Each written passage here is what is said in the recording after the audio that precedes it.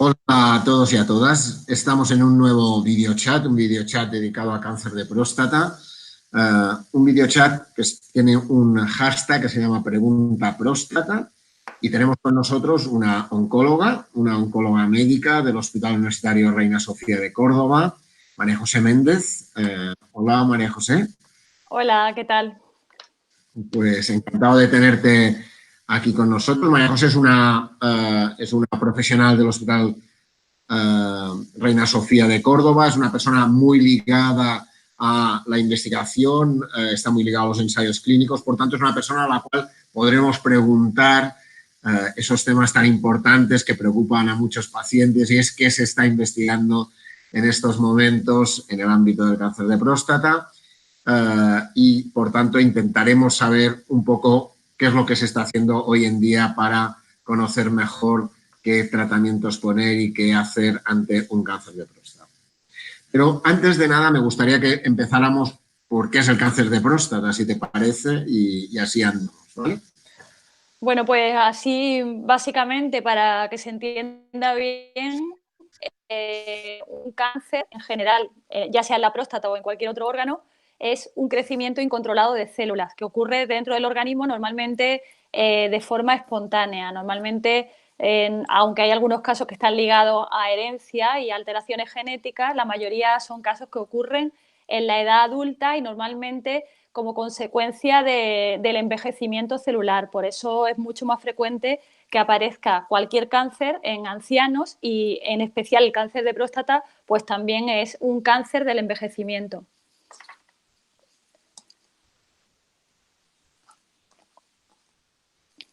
Tengan un cáncer de próstata. Es que se ha perdido un momento la señal, Joan. ¿No te veo ahora? ¿Y Ahora sí, qué edad? ahora te veo. Es que se ha perdido tanto la señal como el sonido durante unos segundos. Pero sí, dime Perdona. otra vez. Pues, ¿a qué edad es He perdido la señal. la más normal? ¿A qué edad es ¿A qué edad la aparece el cáncer de próstata? más Es que normalmente el cáncer de próstata aparece en ancianos. Y en ancianos normalmente a partir de los 65-70 años, o sea, es la edad más habitual de aparición.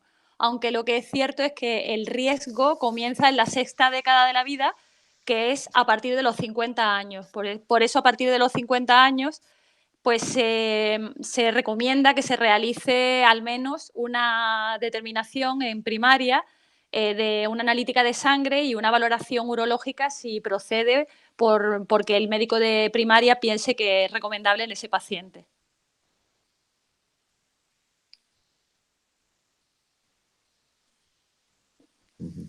De todas formas, hay gente, para prevenir hay que hacer siempre determinación analítica de sangre y pruebas urológicas.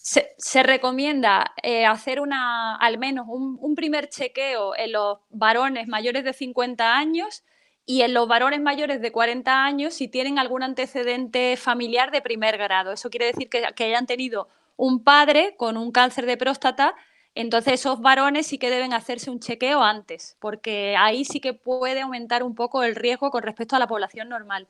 En el resto de la población, por supuesto, si tienen clínica deben consultar siempre con primaria y si no tienen clínica, yo al menos, aunque es verdad que los programas de screening en cáncer de próstata no están todavía bien establecidos como en cáncer de mama o en cáncer de colon, sí que se recomienda al menos una primera valoración a partir de los 50 años. Y la historia de hacer un PSA o no hacer un PSA o a qué edad adecuado. Pues ahí la verdad que hay mucha controversia al respecto, ¿no? Yo trabajo mucho con compañeros urólogos, ellos mismos dicen muchas veces que dudarían si se lo harían o no se harían un PSA a los 50 años, pero yo creo que es una determinación analítica, que es verdad que sacada fuera de contexto y no analizada de forma correcta puede dar lugar a veces a una alarma innecesaria, pero yo, aunque no esté todavía demostrado en programas de screening, yo creo que se les recomienda a cualquier varón, yo le recomiendo que se determine un PSA a partir de los 50 años.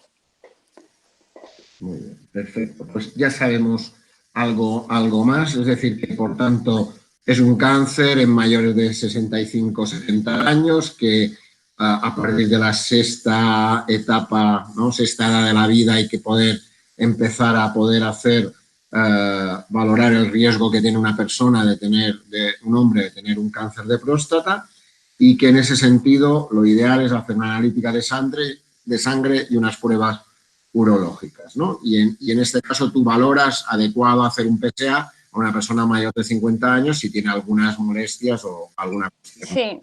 Si se realiza un PSA, y no quiero hablar tampoco de valores, pero bueno, el médico de primaria está capacitado para valorar una analítica. Si la analítica es un valor muy bajo y que supone un riesgo muy bajo, no habría que hacer ninguna prueba adicional. Si el PSA tiene algún indicio, probablemente el médico de primaria le realice también un tacto rectal al paciente y si hay alguna sospecha clínica, entonces lo derivaría al urólogo. Es decir, tampoco se debe derivar al urólogo a toda la población, porque si no, estos compañeros tendrían una demanda brutal.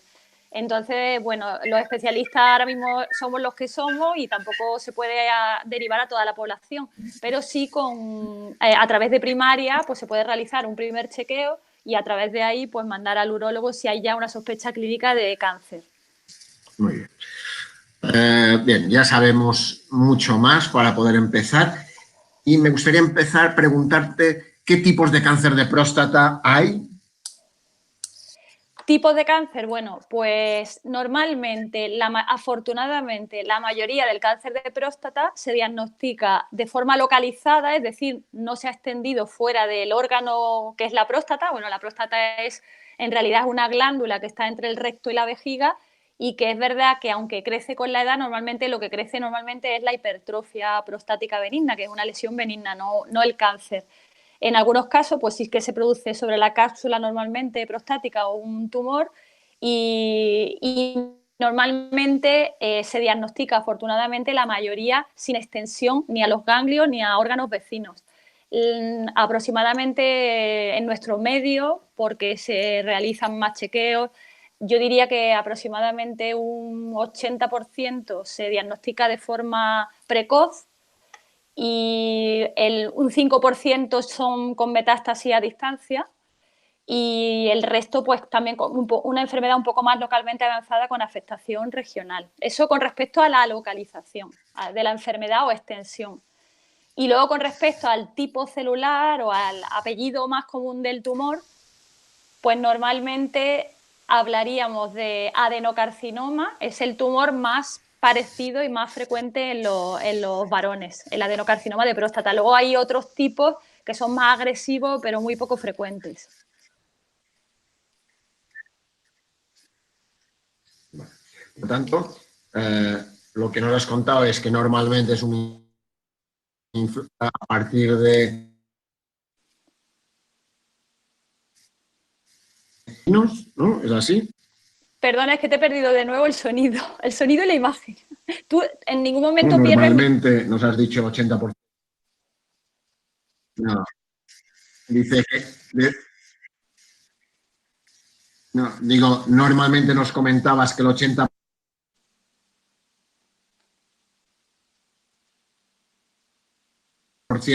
no se extiende a ganglios ni a órganos vecinos, ¿no? Es así. Por tanto, y que hay el 5% de ellos que tienen metástasis y que por tanto, afectarían a los órganos de al lado, ¿no? Me gustaría preguntarte sobre la agresividad del cáncer de próstata. La agresividad. ¿Son muy agresivos? Bueno, pues... O como decías, si el 80%... Sí. Pues afortunadamente más de un 50% de los casos son enfermedad muy localizada y de buen pronóstico. Y esos tumores realmente no son capaces ni siquiera de dar metástasis ni de, por supuesto, conseguir matar a un individuo que tenga un tumor de próstata de bajo grado.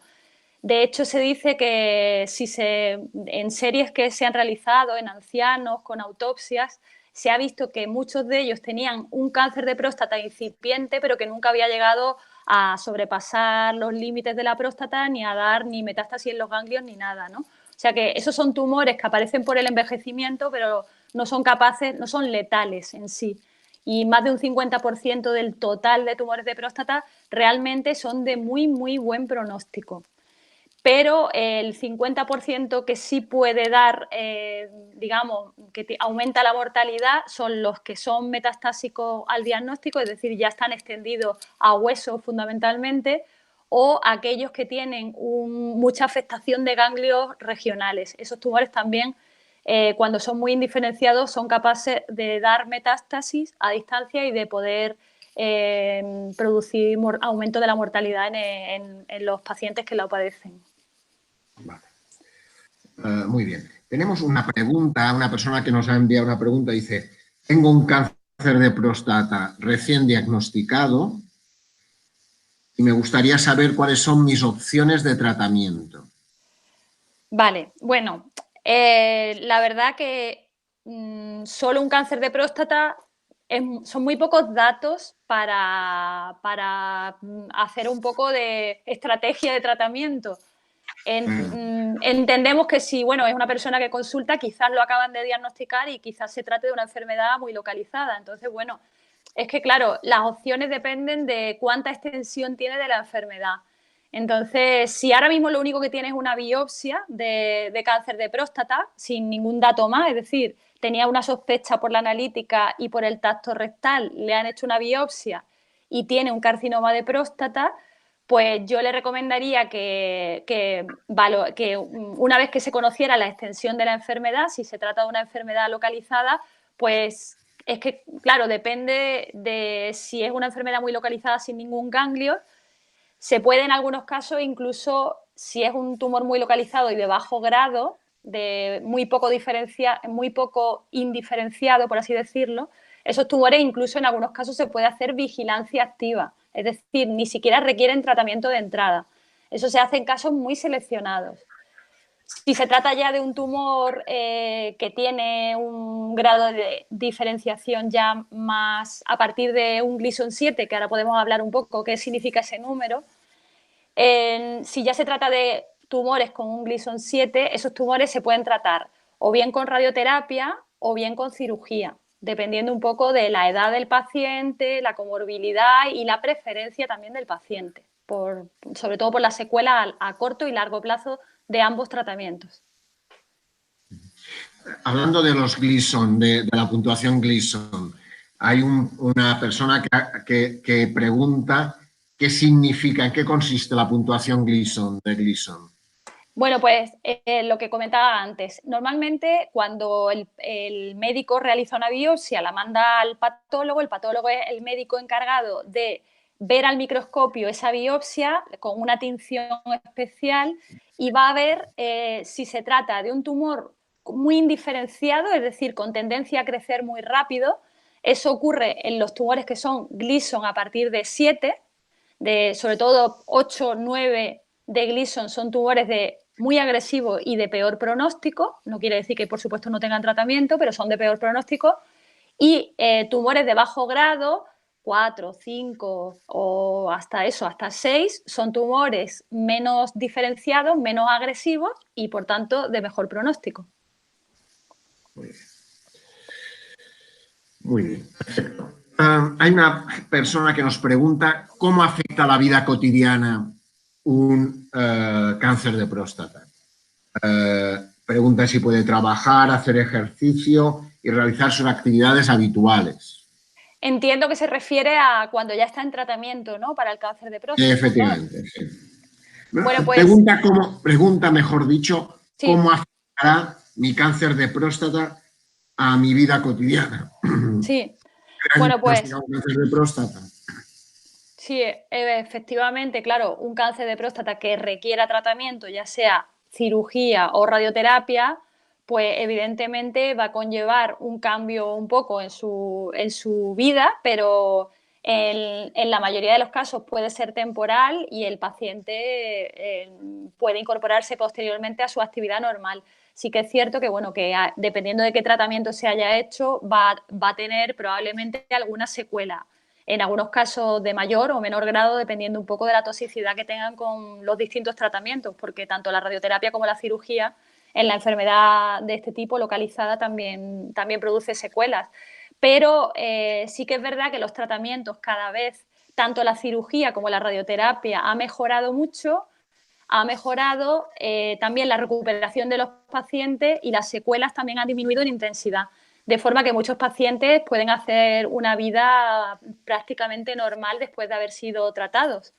Y durante el tratamiento, pues evidentemente, bueno, pues sí que en algunos casos pues, conlleva que tengan algo de incontinencia de orina, algo de impotencia, cansancio físico durante el tratamiento, en función un poco de qué estrategia o tipo de tratamiento se haya elegido. De alguna forma has tocado algunos de los temas que nos preguntaba, seguramente es la misma persona porque ha preguntado, ligado a la pregunta anterior, dice, ¿podré tener dificultades para controlar mi vejiga o para controlar a nivel intestinal? Pues también aquí depende de qué tipo de tratamiento haya optado el paciente inicialmente. Si se ha optado por la cirugía inicialmente en todos los pacientes conlleva el que tengan que ser portadores de una sonda durante un tiempo hasta que se recuperen, con lo cual al principio en una cirugía sí que es más frecuente que haya incontinencia urinaria. Y si han optado por la radioterapia a lo mejor durante el tratamiento no produce tanta incontinencia, pero sí puede producir, por ejemplo, mayor número de deposiciones, de aumento a tendencia a la diarrea, porque son tratamientos muy continuados que hacen a veces esa radiación, también la recibe el intestino y entonces pues, pueden tener a lo mejor incontinencia, pero más de esfínter anal en lugar de esfínter vesical. Pero sí que ambas cosas son posibles como secuela de estos tratamientos. Vale. Y sobre su vida sexual, pregunta. Digo, probablemente es la misma persona, digo, porque ha hecho las preguntas una detrás de otra, probablemente es la Están misma. relacionadas, sí. Bueno, pues por supuesto, el cáncer de próstata, bueno, si se trata de pacientes ancianos, esos pacientes ya de por sí, por su edad, tienen una disminución de la función sexual, sobre todo tienen más tendencia a tener disfunción eréctil. Si se trata de pacientes más jóvenes, que evidentemente no la tienen, esos pacientes sí que, tanto como la cirugía como con la radioterapia, pueden tener problemas de impotencia o de disfunción porque el tipo de cirugía que se realiza, en algunos casos no es posible preservar los nervios pudendos y esa alteración que produce la cirugía como consecuencia produce una disminución o una disfunción eréctil. Afortunadamente, bueno, pues es verdad que la cirugía ha mejorado, la radioterapia también, y aunque se puede producir, también hay tratamientos por parte de los urólogos que se dedican a la andrología que pueden ayudar, si hay una alteración muy profunda, pueden al menos ayudar o disminuir la intensidad de la disfunción eréctil con determinados fármacos. Luego, por otro lado, pues sí que ya no, ahora mismo estábamos más en la enfermedad localizada, pero lo que es cierto es que determinados tratamientos que usamos para el cáncer de próstata, durante la radioterapia en algunos casos se utiliza mucho los agentes hormonales que lo que hacen es como una especie de castración química con hormonas. Entonces, esta castración, pues durante ese periodo sí que es cierto que el paciente tiene una disminución de la testosterona y, por tanto, una alteración en su vida sexual importante. Lo que pasa es que durante la radioterapia en algunos casos es algo transitorio porque se hace como tratamiento complementario a la radioterapia y luego se elimina. Con lo cual el paciente al acabar la radioterapia puede recuperar otra vez toda esa pérdida. Muy bien. Has hablado de radioterapia, has hablado de cirugía. ¿La quimioterapia forma parte de la lista de tratamientos que un paciente puede obtener para tratar un cáncer de próstata? Pues la quimioterapia cada vez está avanzando más en todas las fases de la enfermedad. Prácticamente hasta el año 2004 no se empezó a utilizar de forma rutinaria la quimioterapia en la enfermedad ya más avanzada, porque previamente tampoco apenas se utilizaba, Primero se empezó a utilizar en enfermedad muy avanzada en pacientes que ya habían fracasado a muchos tratamientos, al tratamiento local y al tratamiento con hormonas, y ya cada vez está migrando a estadios más avanzados. Y en la actualidad se utiliza ya también en pacientes que se diagnostican metastásicos de debut, sobre todo en el grupo que tiene una alta carga tumoral y que tiene muchas localizaciones metastásicas en el hueso. En esos pacientes ya la quimioterapia también tiene indicación y se administra al principio solo durante 6 ciclos y luego se continúa solo con la hormona. Y también están saliendo ensayos clínicos en los que se utiliza la quimioterapia junto a la radioterapia para aumentar un poco, y la hormonoterapia, o sea, todo, sería una triple terapia para mejorar los resultados. Y de esto estamos teniendo más datos, aunque no se ha incorporado todavía en el día a día. Eso sería un poco más en fase de investigación. Muy bien. Hablando un poco de lo de investigación, ¿no? Me gustaría que nos contaras qué se está investigando. Tú estás metida, cada vez que hemos hablado dices, tengo reunión sobre ensayos clínicos, por tanto, una de tus líneas de trabajo es esta. Pues sí. Cuéntanos un poco qué hay en ese ámbito. Pues sí, afortunadamente también prácticamente no teníamos fármacos hace 10 años prácticamente, y cada vez se han incorporado más agentes a los tratamientos. Yo, como tú bien has dicho, me considero una médico que le encanta ver pacientes y además le encanta la investigación clínica, porque la investigación clínica aplica en pacientes todo lo más novedoso, todo lo que está teniendo ya datos muy buenos en fases más precoces de la enfermedad, más avanzadas de la enfermedad, y se va testando en fases cada vez más precoces. Y en esto, afortunadamente, los hospitales españoles y andaluces en concreto también, tenemos un montón de ensayos clínicos en marcha.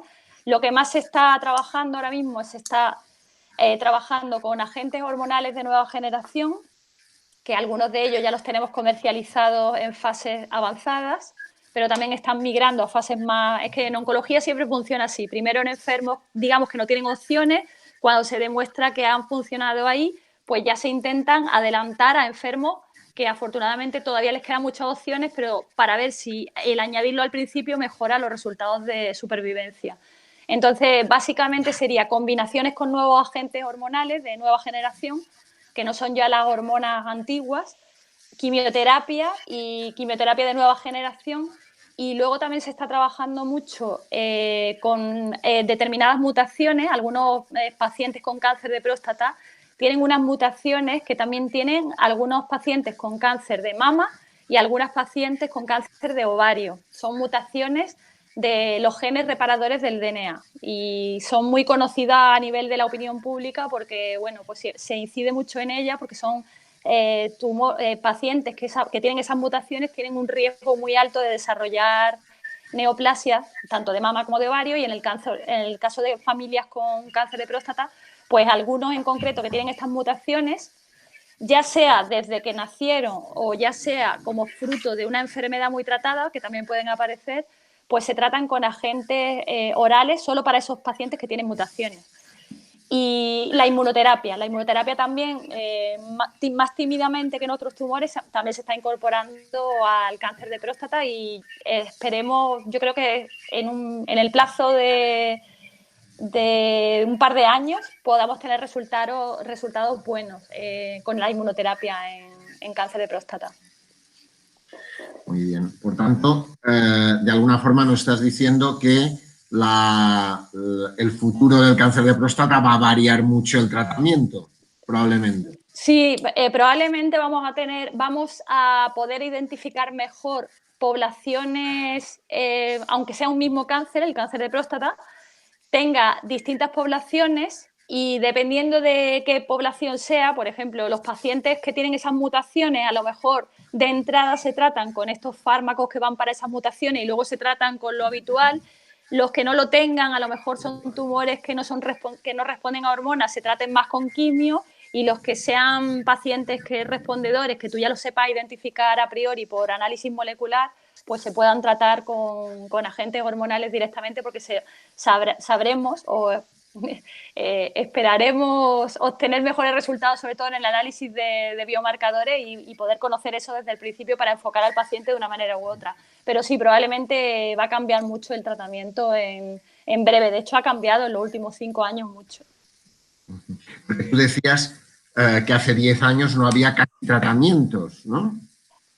Durante 50 años, es que eso ha sido muy curioso en cáncer de próstata, pero prácticamente durante más de 50 años, desde que se descubrió que la orquiectomía, que era quitar el testículo o bien producir una castración química, los pacientes con cáncer de próstata respondían. Desde que se descubrió eso, que eso fue fruto de un premio Nobel en el año, alrededor del año, antes de los años 60, durante un montón de tiempo, más de 50, ha sido el único tratamiento disponible para cáncer de próstata que haya demostrado un beneficio significativo. Y a partir de ahí, de 2004, es cuando se han empezado a probar agentes prácticamente uno año tras otro. O sea que ahora prácticamente tenemos distintos tipos de agentes. Tenemos también unos agentes que antes no he mencionado, que son radiofármacos para el hueso, porque cuando el paciente con cáncer de próstata tiene metástasis, habitualmente más de un 80% de tener metástasis va a tenerla en el hueso. Y también tenemos unos radiofármacos que son muy poco tóxicos y muy letales para las metástasis óseas que tiene el paciente con cáncer de próstata. Esos fármacos también se pueden administrar y constituyen un tipo de línea que no tiene nada que ver ni con la quimio, ni con los agentes hormonales, ni con estos fármacos que he mencionado previamente. O sea que prácticamente funciona ahora mismo todo lo que utilizamos en oncología, o sea, quimioterapia, hormonoterapia, inmunoterapia menos y radiofármacos. O sea, todo eso lo utilizamos ahora mismo en cáncer de próstata.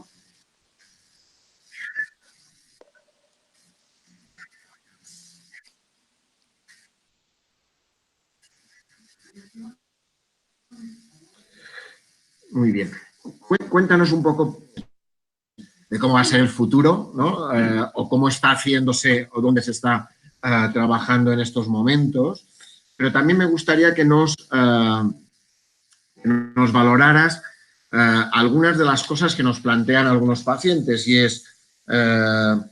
es un poco teniendo en cuenta, yo no sé si tengo ningún cáncer de próstata y es qué me tengo que hacer, qué tengo que hacer, ¿no? ¿Cuáles serían los pasos a dar Sí. ante esta situación de cómo abordar una situación de un posible cáncer de próstata? O sea, ya tiene un diagnóstico preliminar, ¿no? de cáncer de próstata, entiendo, ¿no? Podemos hacer un poco una hipótesis, ¿no? De un paciente que acaba de ser diagnosticado, pero lo único que tiene es una biopsia. No, ¿no? me estaba refiriendo a que no lo tengo, pero podría tenerlo, ¿no? O sea, ¿qué debo hacer, no? ¿Qué recomendaciones? Bueno, sí, las recomendaciones es lo que he comentado previamente.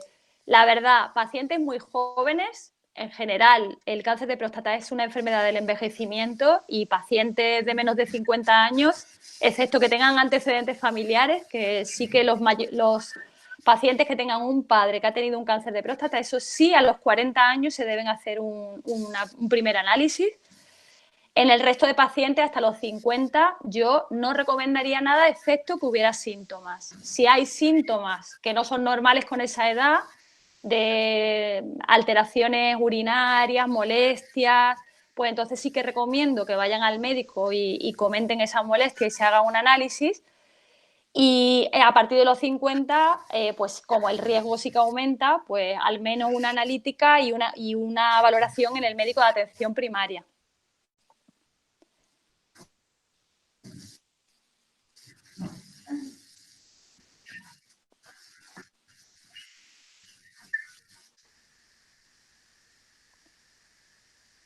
¿Algo que creas importante en pacientes?